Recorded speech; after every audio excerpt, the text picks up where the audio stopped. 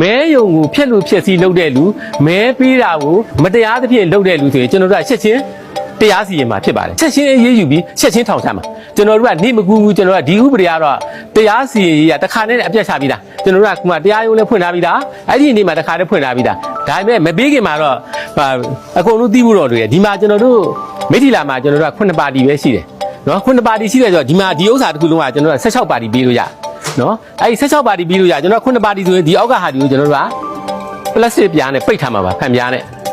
ကြံပြီးတော့မှလာဖြက်စီးပြလို့လည်းမရပါဘူးလုံးလို့လည်းမရဘူးဒီအောက်ကခလုတ်တွေနှိပ်လို့မရဘူးကျွန်တော်တို့ကအဲ့လိုမျိုးပိတ်ထားမှာပါနောက်တစ်ခါဒီအပေါ်မှာကျွန်တော်ဒါပလတ်စတစ်ပြားနဲ့အုပ်ထားတာဒီတခြားလူတွေကမတမာတဲ့လူတယောက်ကနေပြီးတော့မှ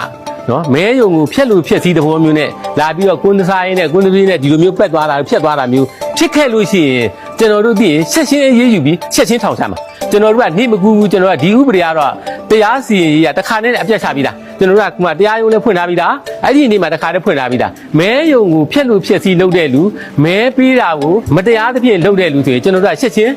တရားစီရင်မှာဖြစ်ပါတယ်နော်အဲ့ဒါကျွန်တော်တို့ရဲ့မဲဆန္ဒရှင်တွေကအားလူတွေကိုလည်းသိအောင်ပြောပြပေးပါဖြန့်ထားပေးပါနော်ကျွန်တော်တို့ကအားလုံးကိုတော့ပြောပြဖို့အတွက်အခက်အခဲရှိပါတယ်နော်အဲ့ဒါကြောင့်ကျွန်တော်တို့ပြည်သူလူထုကြားမှာကျွန်တော်တို့မိထီလာအခါ20လောက်ရှိပါပြီကျွန်တော်ရှင်းပြနေတာအများကြီးကိုရှင်းပြထားပြီးသားဖြစ်ပါတယ်အဲ့တော့ကျွန်တော်တို့ရဲ့မဲဆန္ဒရှင်တွေအနေနဲ့ဘာမှ